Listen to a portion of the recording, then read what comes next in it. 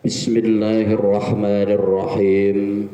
Bismillahi ma sya Allah la quwata illa billah ma sya Allah. Bismillahi ma sya Allah kullu ni'matin faminallahi ma sya Allah. Bismillahi ma sya Allah la yasuqul khaira illallahi ma sya Allah. Bismillahi ma sya Allah la yasrifu su'a illallahi ma sya Allah. Bismillahi ma sya Allahi la hawla wa la quwata illa billah. Khussantu nafsi bil hayyil qayyum alladhi la yamutu abada. ودفعت عن نفسي السوء بألف ألف ولا حول ولا قوة إلا بالله العلي العظيم. الحمد لله نحمده ونستعينه ونستغفره ونعوذ بالله من شر أنفسنا ومن سيئات أعمالنا. من يهد الله فلا مضل له ومن يضلله فلا هادي له. أشهد أن لا إله إلا الله وحده لا شريك له وأشهد أن سيدنا ونبينا محمدا عبده ورسوله. اللهم صل وسلم وبارك على سيدنا محمد وعلى آله وأصحابه أما بعد. أستغفر الله العظيم.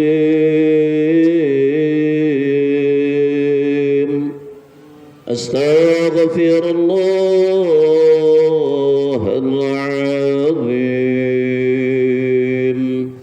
أستغفر الله العظيم. إن الله غفور رحيم. لا إله إلا الله. لا إله إلا الله. لا إله إلا الله.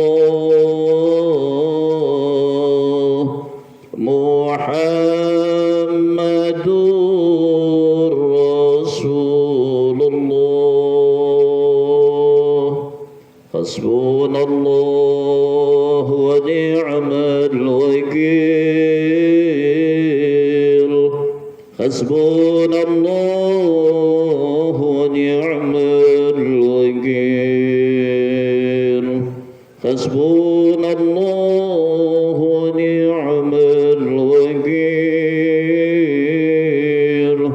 نعم المولى ونعم النصير. ولا حول ولا قوة إلا بالله العلي العظيم.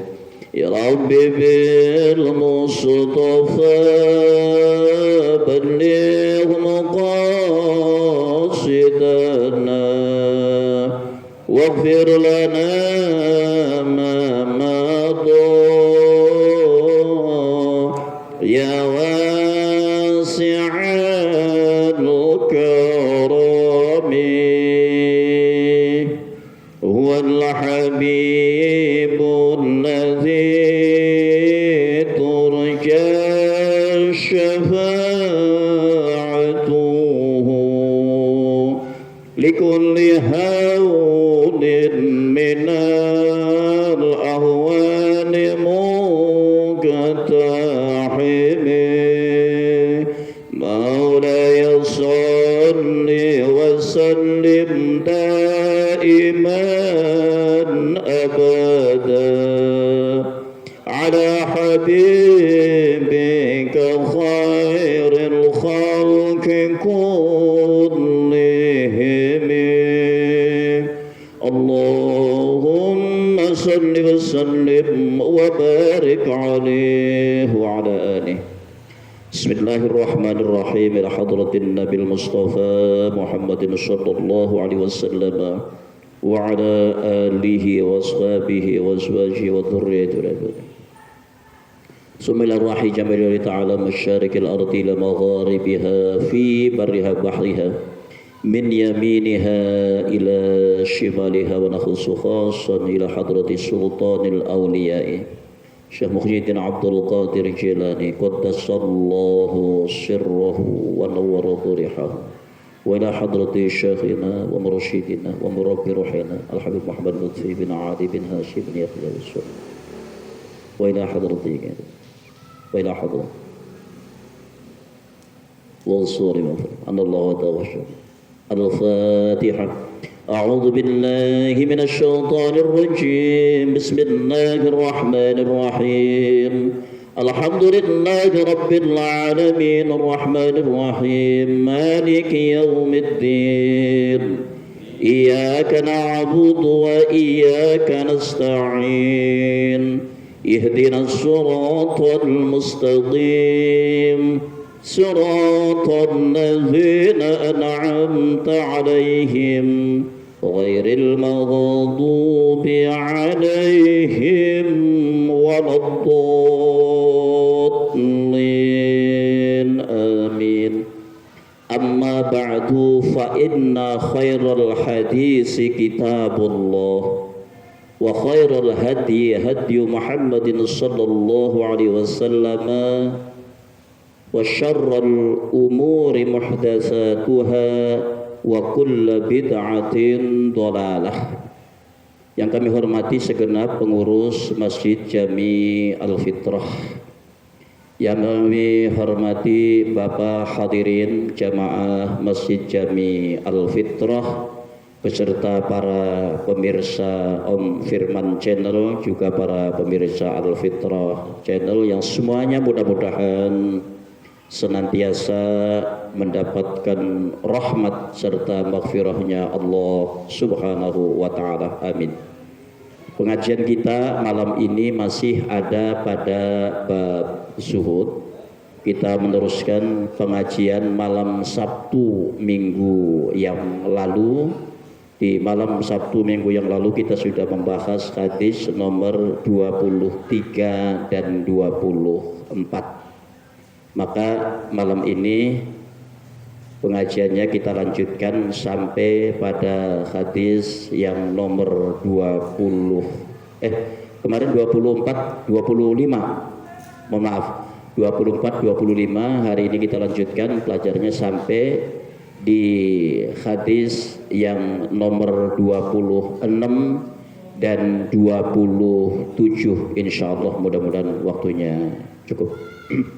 Kita mulai dari hadis yang nomor 26-nya dulu.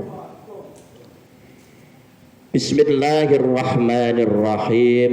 Wa an Abi Amrin wa yuqalu Abu Abdillah. Dari Abi Amr, ada yang menyebutnya Abu Abdillah, wa yuqalu Abu Laila Utsman ibn Affan radhiyallahu an, dan ada yang menyebutnya Abu Laila Utsman bin Affan radhiyallahu an. Anna Nabiyya sallallahu alaihi wasallam qala, bahwa Nabi sallallahu alaihi wasallam bersabda, laisa libni adama haqqun, tidaklah anak Adam itu mempunyai hak fi siwa hadhil khisali, kecuali pada beberapa hal berikut. Apa itu? Baitun yaskunuhu, yang pertama adalah rumah yang ditinggalinya. Wasaubu iwari auratuhu, dan pakaian yang digunakan untuk menutup auratnya. Wajilful khubzi, dan roti kering, wal ma'i, dan air. Rawahu Tirmidzi wa qala hadisun sahihun. Hadis riwayat Imam Tirmidzi, dan Imam Tirmidzi mengatakan ini hadis sahih.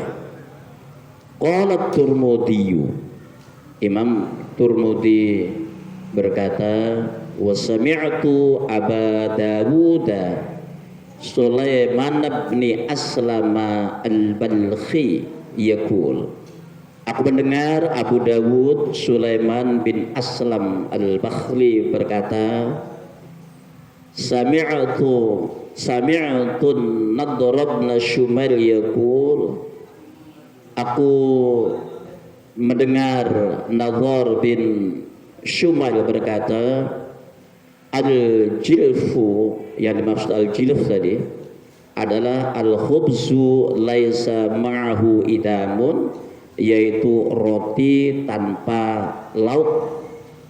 Wa qala ghairuhu, dan yang lainnya berkata huwa ghalidul khubzi, yaitu roti yang keras.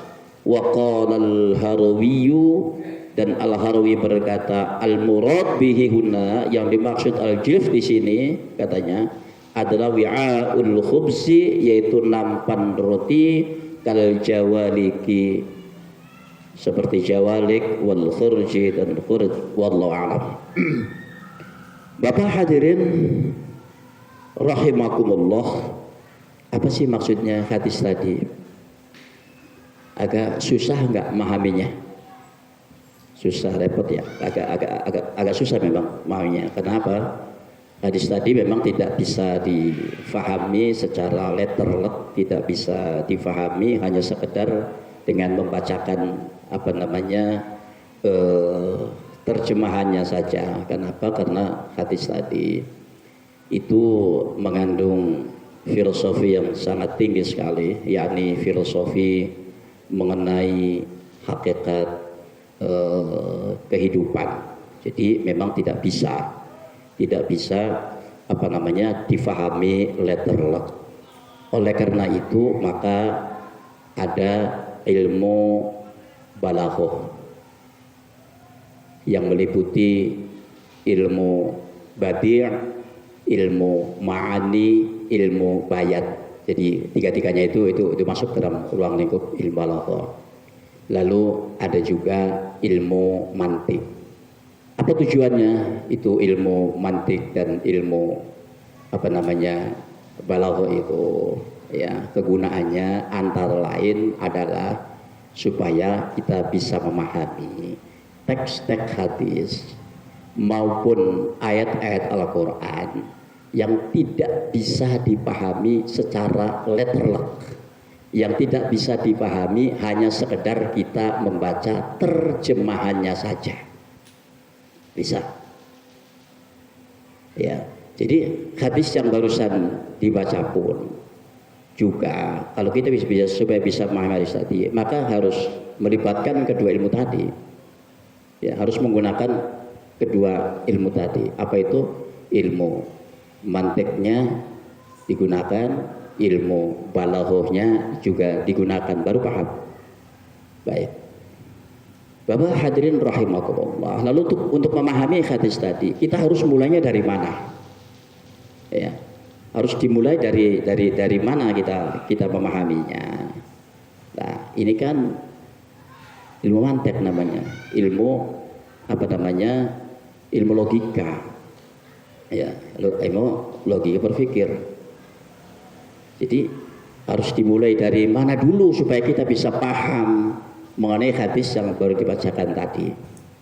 Yaitu kita harus mulai mencari kata kuncinya dulu. Ya. Baik, dari hadis yang dibacakan tadi, kata kuncinya ada pada kalimat apa? Jadi pada hadis yang baru dibacakan tadi, kata kuncinya adalah ada pada kalimat hak. laisa li ibni adama haqqun. Tidak ada. Tidaklah anak Adam itu mempunyai hak. Jadi kalau kata haknya sudah dipahami, baru nanti bisa yang lainnya baru dipahami. Apa sih hak itu? Gitu. Pengertian hak itu menurut para ahli filsafat hukum adalah sesuatu yang harus didapatkan oleh setiap individu, ya, oleh tiap-tiap orang sejak masih dalam kandungan. Pengertian menurut filsafat hukum. Sementara kemudian apa itu pengertian hak yang termaksud di dalam hadis tadi? Jadi hak dalam hadis itu maksudnya apa? Gitu. Baik. Kata Syekh Al-Mubarakfuri dalam kitab Tuhfah Al-Ahwazi bahwa yang dimaksud hak dalam hadis tadi itu adalah keperluan atau kebutuhan. Sehingga kalimat laisa libni adama haqqun fi siwa hadil khisal, yaitu tidak ada keperluan, tidak ada kebutuhan bagi Ibnu Adam, bagi manusia itu kecuali pada hal-hal yang seperti tadi. Apa itu? Baitun yaskunuhu, rumah yang ditinggalinya, pakaian yang digunakan untuk menutup auratnya, kemudian roti kering dan air. Roti kering itu di sana, kalau kita nasi lah gitu. Nah, roti kering dan air. Hal-hal yang disebutkan tadi itu kemudian disebut sebagai kebutuhan pokok manusia atau kebutuhan dasar manusia. Baik. Lebih dari itu namanya gaya hidup. Lebih dari itu adalah gaya hidup.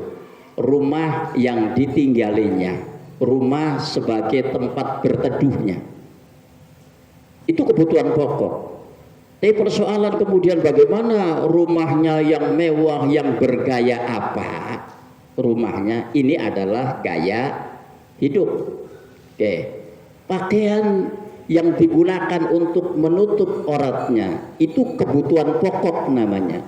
Persoalan pakaian yang fashionable misalnya gitu, pakaian yang ya model seperti apa, bergaya seperti apa, dengan merek terkenal seperti apa, ini namanya gaya hidup. Roti kering atau makanan yang mengenyangi, kalau kita nasi lah gitu, nah, itu kebutuhan pokok. Persoalan bagaimana makan yang enak, makan yang mengundang selera gitu, ini adalah gaya hidup. Lalu untuk apa Rasulullah SAW menyampaikan hal yang seperti tadi? Itu adalah pertama agar dalam hidup kita ini kita bisa membatasi diri pada hal-hal yang bersifat pokok yang seperti itu. Dimaksudkan untuk apa? Supaya dalam hidup kita ini kemudian tidak direpotkan, tidak disengsarakan oleh hal-hal yang bersifat duniawi, bahkan supaya kita kemudian jangan diperbudak oleh dunia. Oke. Kalau kita berpikirnya pada hal-hal yang pokok itu saja. Tapi kalau kita berpikirnya sampai kepada gaya hidup, gitu Bang. Ini yang bikin hidup orang repot. Ini yang bikin hidup orang sengsara. Satu contoh misalnya begini. Orang yang gajinya cuma 5 atau 6 juta. Kemudian dia berangan-angannya pengen rumahnya itu yang kira-kira 2 lantai, yang tiap kamarnya itu ada AC-nya kayak rumahnya si Anu. Itu. kepengen dia punya mobil mewah, berikut dengan supir pribadinya kayak pejabat tinggi, pengen makannya itu semua yang enak-enak, sementara gajinya cuman 5 atau 6 juta, anaknya 3. Pusing apa nggak mikirinnya kalau begitu? Pusing. Mana caranya? Ujung-ujungnya akhirnya dia menjadi orang yang terus mengeluh dan menjadi orang yang tidak pandai bersyukur.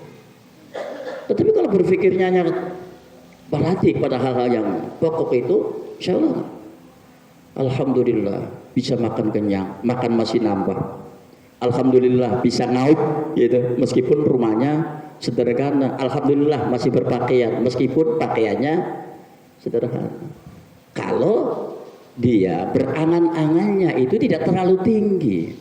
Tapi kalau berangan terlalu tinggi, bikin merepotkan. Satu contoh lagi, orang kepengen menikah. Baik. Kalau dia kepengen menikah itu, pokoknya angan-angannya saya menikah dengan seorang perempuan yang beriman gitu. Udah dah, yang penting perempuan dan orang itu beriman gitu. Saya kira nggak terlalu repot. Tapi kalau berpikirnya begini, angan-angannya begini, saya pengen kawin, pengen menikah dengan wanita yang cantik, gitu kan, yang solehah, yang pinter cari duit, yang setia kepada suami, yang tidak banyak menuntut, yang ini, yang itu, yang itu. Insya Allah dia akan pusing sendiri. Di mana nyarinya? Cari di biro jodoh. Biro jodoh disodorin fotonya, ini Pak, fotonya. Ini biodatanya, lihat namanya si Anu, alamat di sini, pokoknya ini. Wah, nggak cocok. Ada yang lain nggak? Cari. Iya, dicari. Wah, nggak ada yang cocok semua foto dan biodata yang disuruh nggak cocok. Akhirnya cari di Facebook, nggak ketemu juga. Cari di apa namanya Instagram, nggak ada juga. Cari di mall, nggak ketemu juga. Akhirnya jadi bucin, jadi budak cinta. Wah, tiap hari mikirin cinta asmara, ya. Lah, itu. Maka saudara, Bapak hadirin rahimakumullah. Orang yang zuhud itu bukan berarti nggak bisa maju dalam urusan dunia. Nggak salah kalau berpikir begitu. Wah, orang kalau zuhud begini berarti nggak bisa maju dong kita dalam urusan dunia. Wah, keliru memahami kalau begitu. Justru orang yang zuhud itu akan menjadi orang yang lebih hebat dan akan menjadi orang yang lebih maju dibandingkan dengan orang yang materialistis. Oke, logikanya apa? Sekarang kita pakai logika aja. Kalau ada 2 orang disuruh balap lari, oke, balap lari. Yang satu dia sambil memikul beban yang sangat berat. Yang satu lengoh, bahasa ngerti lengoh itu nggak apa-apa. Mana yang lebih kenceng larinya? Yang sambil mikul apa yang lenggang? Yang lenggang pasti yang gini. Oke. Orang yang zuhud itu di sininya, ya hati pikirannya, jiwanya itu nggak dilelahkan, nggak dibebani oleh hal yang seperti tadi. Seperti orang yang materialistis itu, ya, itu banyak terbebani oleh hal itu. Jadi psikisnya lelah sebetulnya, dia lelah psikis. Sehingga orang yang zuhud fresh dia fresh karena nggak banyak dibebani.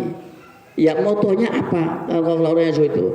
Ya toh, kalau orang yang tadi yang materiis kan, bagaimana saya bisa punya rumah mewah, bagaimana punya mobil mewah, punya gini, sementara ya kemampuannya cuma segitu, stres Pak. Kalau orang yang zuhud enggak. Ya apa itu namanya motonya dalam hidupnya itu? Nek wiswayahe dugi kiambek. Paham nggak bahasa gitu? Nek wiswayahe dugi kiambek. Udah, itu aja. Jadi saya kerja, pengen punya rumah mewah, nek wiswaya, nanti kalau udah waktunya datang sendiri, bisa sendiri, insya Allah dengan ya Allah. Jangan punya mobil ini, jangan bisa berangkat haji, orang bingung mantrinya sekian tahun gitu. Nek wiswaya, dugi kiapa. Wasnadana juga seperti itu. Jadi nggak terlalu nggak pusing, nggak dibebani dia oleh hal-hal yang sifatnya ya melelahkan itu seperti tadi. Nah itu makanya kata Rasulullah SAW, anak Adam tidak punya kebutuhan kecuali pada hal-hal yang bersifat tadi, maka hal-hal itu kemudian disebutnya sebagai kebutuhan kebutuhan pokok dari manusia itu. Baik, nanti kita lanjutkan ke hadis 26-nya dulu ya, ke hadis ke-26 dulu. Hadis 27 maksud saya, hadis 27 dulu. Halaman 241. Nih biar cepat selesai nih bab juhudnya. Bismillahirrahmanirrahim. Wa an Abdillah As-Sikhiri bi kasri syini wal kha'i al-musyaddadati al-mu'jamataini, dari Abdullah bin As-Sikhiri dengan membaca kasroh shinnya, sin besarnya, wal kha'i dan kha'nya, kemudian dengan membaca tasdid pada keduanya. Jadi dibacanya As-Sikhiri radhiyallahu anhu qala, radhiyallahu berkata, Ataitun Nabiyya sallallahu alaihi wasallam. Aku pernah mendatangi Nabi sallallahu alaihi wasallam. Wa huwa yaqra'u alhaakumut takasur. Yang pada waktu itu beliau sedang membaca ayat alhaakumut takasur. Ayat ini ada pada surah At-Takasur. Qala, lalu Rasulullah bersabda. Rasulullah baca ayat tadi, kemudian Rasulullah bersabda, yaqulu Ibnu Adam berkata, mali hartaku. Ini kan sering juga diucapkan oleh kita. Wa hal laka ya ibna Adam mim malika. Apakah kamu wahai Ibnu Adam, wahai manusia, mempunyai harta? Illa ma akalta fa'afnaita, kecuali yang kamu makan kemudian engkau habiskan. Aw labista fa'ablaita, atau yang kamu pakai kemudian kamu usangkan. Aw tasaddaqta fa'amdaita, atau yang kamu sedekahkan lalu kamu tunaikan kepada yang berhak menerimanya. Rawahu Muslim, hadis riwayat Imam Muslim. Baik, ini juga sama mengandung filosofi kehidupan yang sangat tinggi juga. Jadi apa kata Rasulullah SAW pada saat beliau membaca ayat alhaakumut takasur tadi itu? Jadi Ibnu Adam itu, orang itu, kalau bahasa kita aja sini, bahasa gampangnya, orang itu suka mengatakan, ini hartaku, rumah itu punya saya, mobil ini punya saya, gedung itu, tanah itu punya saya. Lalu kata Rasulullah, apa kamu punya hak selain dari apa yang kamu makan kemudian kamu habiskan, apa yang kamu pakai kemudian kamu usangkan, dan apa yang kamu sedekahkan lalu kamu tunaikan kepada yang berhak menerimanya? Baik, jadi hadis ini Rasulullah SAW ini adalah sedang menceritakan tentang mengenai hakikat harta. hakikat harta. Apa itu? Ya, harta yang sejati, harta kita yang hakiki itu sebetulnya hanya yang mencakup hal-hal itu saja. Pertama, makanan yang dimakan. Kalau makanan yang di kulkas, makanan yang di gudang gimana? Punya siapa? Status punya kita. Tapi secara hakiki belum tentu itu milik kita. Karena apa? Karena belum tentu kita bisa memakannya. Ya, orang punya makanan penuh di kulkas makanannya. Buah-buah yang segar apa sih ada. Cuman orangnya punya penyakit, nggak bisa makan dingin. Kemakan nggak? Jadi hartanya siapa? Oke? Jadi belum tentu. Aja yang kita makan, yang belum dimakan, yang itu namanya koleksi. Ya, semua itu koleksi. Pakaian. Ya ada apa? Yang dipakai pakaian kita tuh, yang di lemari, yang di gudang, yang di bukan punya kita.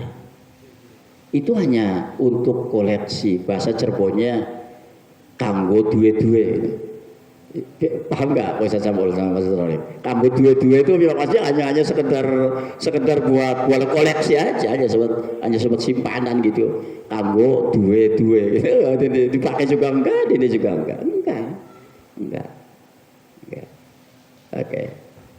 Jadi apa yang dimakan ya hanya lewat, ya dinikmati sebatas lidah, masuk ke perut lalu dibuang ke spiteng.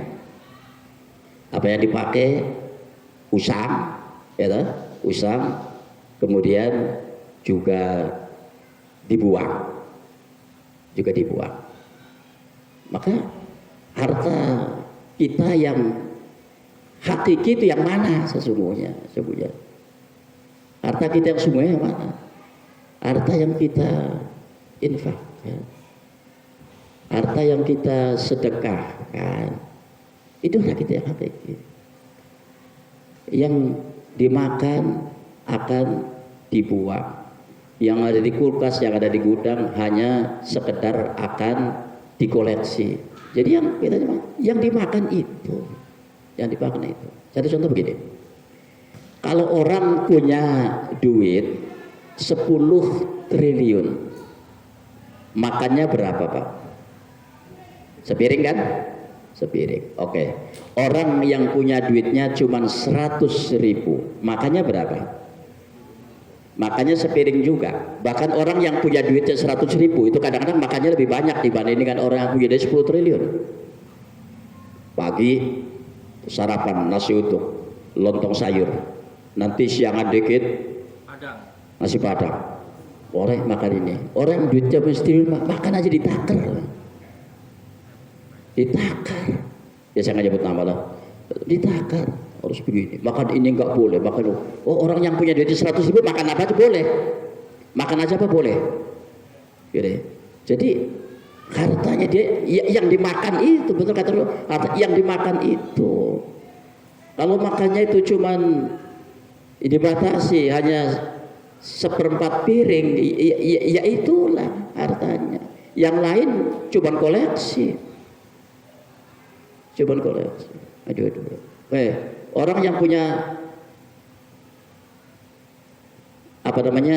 duitnya 10 triliun, pakai pakaiannya berapa?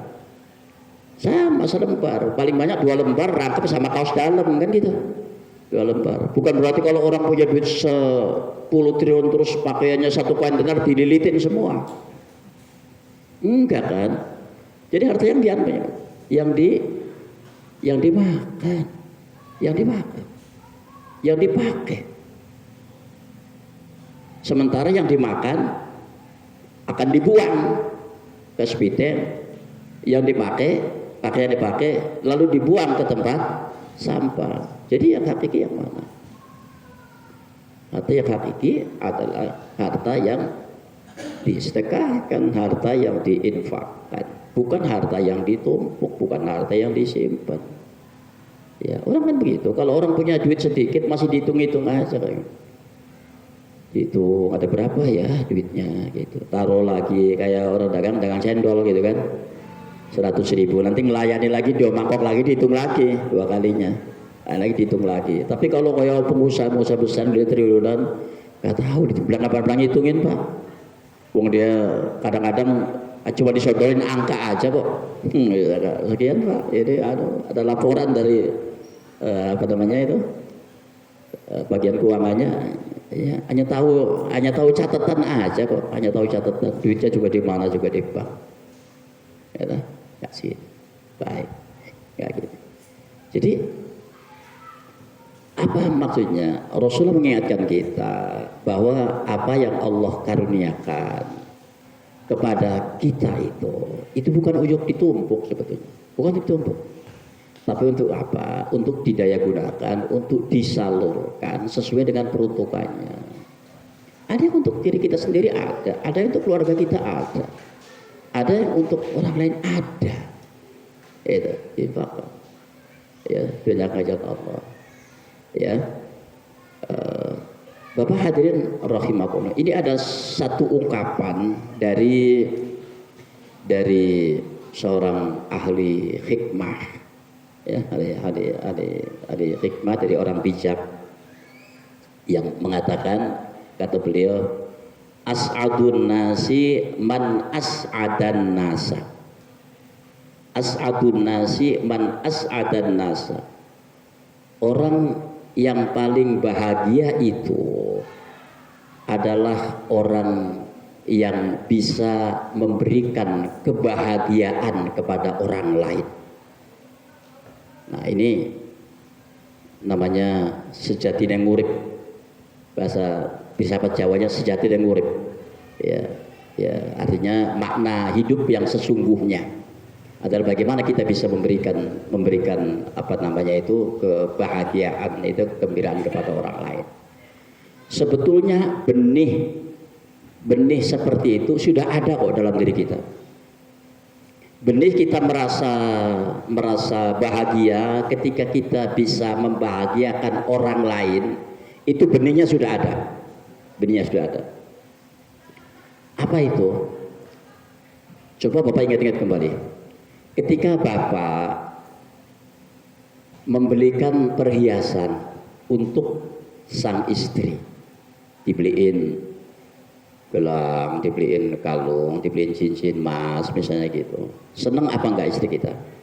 Senang. Saat istri kita itu senang, kita ngerasa senang apa tidak? Senang. Ini benih namanya kan? Benih. Oke. Di saat kita punya duit, lalu kita belikan anak kita, anak cucu kita sepeda baru. Kita belikan apa namanya baju, kita belikan sepatu, kita belikan tas sekolah. Itu senang mereka. Kita ngerasa senang apa tidak? Kita ngerasa senang. Ini namanya benih tadi, benih disebutkan as'adun nas. Orang yang bahagia itu adalah orang yang bisa membahagiakan orang lain. Udah ada benih itu dalam diri kita. Cuman kemudian ini harus dikembangkan, lalu harus dikembangkan terhadap siapa? Terhadap orang, terhadap sesama. Jadi bagaimana dalam hidup kita ini adalah kita bisa membahagiakan orang lain dan kita merasa bergembira. Dan kita bisa merasa bergembira ketika kita bisa melihat orang lain itu bergembira. Ini kalau sudah apa namanya bisa seperti itu, baru kita merasakan seperti saya sebut tadi, bisa merasakan sejati nang urip. Baru kita bisa merasakan makna hidup yang sesungguhnya, itu seperti itu. Kalau kita hanya sekedar memikirkan diri kita sendiri, kita tidak pernah peduli terhadap orang lain. Terhadap harta yang kita punya, kita senangnya ditumpuk-tumpuk, didepositokan, kayak gini. Enggak, sampai kapanpun kita akan berasa gitu Pak, hambar.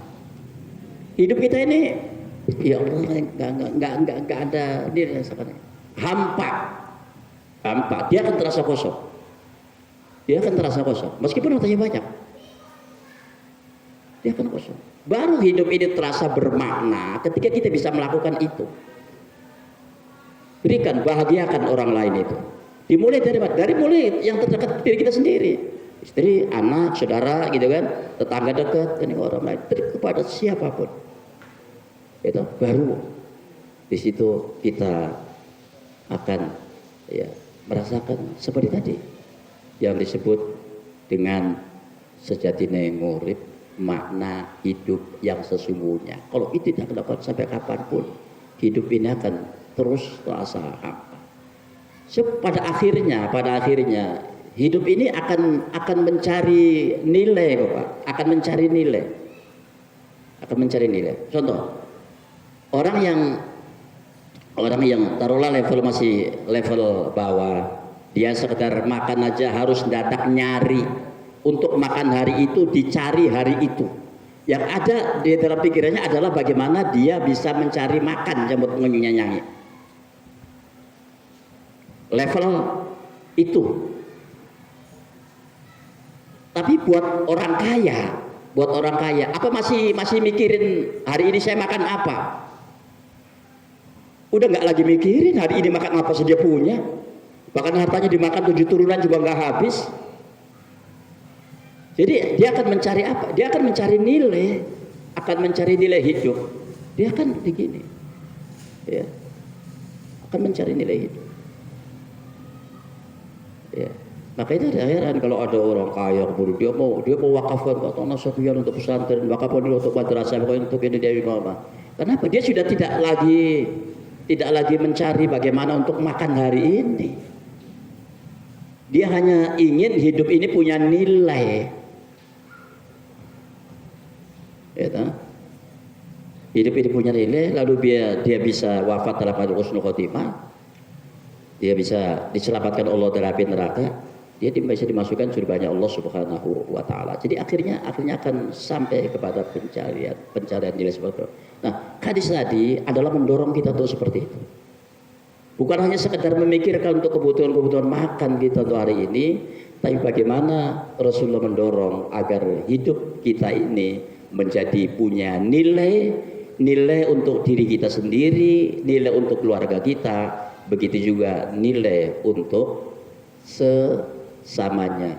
Khairun nas anfa'uhum linnas. Sebaik-baik manusia adalah manusia yang paling bermanfaat bagi sesamanya. Ya. Ada nggak orang yang waktunya banyak itu tapi dia merasa nggak punya nilai, ya.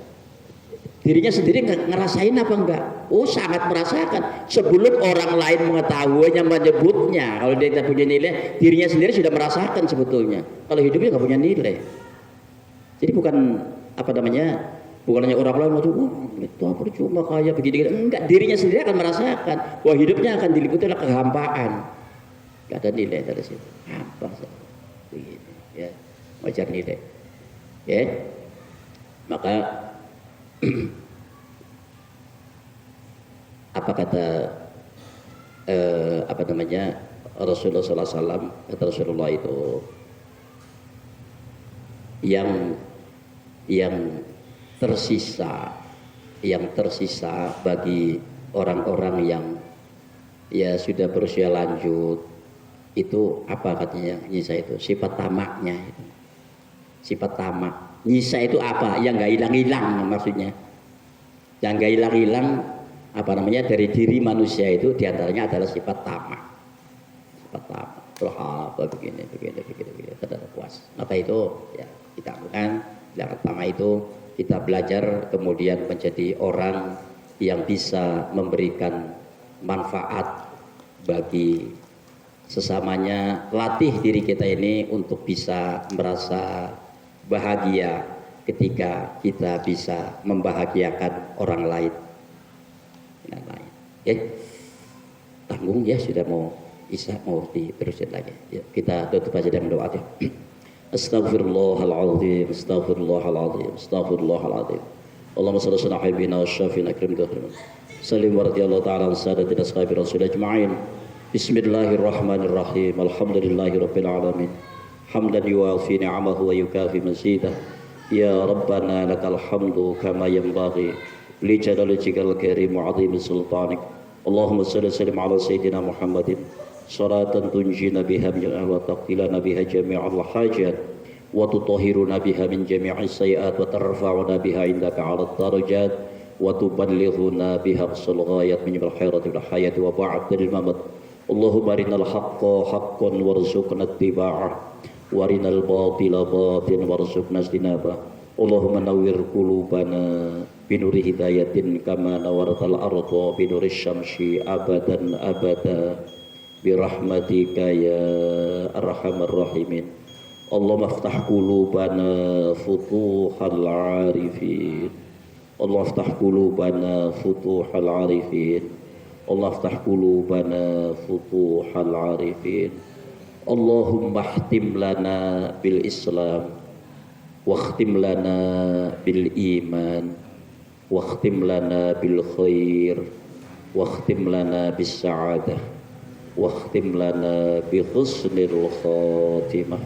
Rabbana atina fid dunya hasanah wa fil akhirati hasanah wa qina adzaban nar wadkhilna al jannata ma'al abrar ya aziz ya ghaffar ya rabbal alamin. Allahumma ja'al jam'ana hadza jam'an marhuma wa tafruqan ma'suma wa sallallahu ala sayyidina Muhammadin walhamdulillahi rabbil alamin. Subhanaka Allahumma bihamdika Subhanaka wa bihamdika asyhadu an la ilaha illa anta astaghfiruka wa atubu ilaik. Wallahul muwaffiq ila aqwamit thoriq. Wassalamu alaikum warahmatullahi wabarakatuh.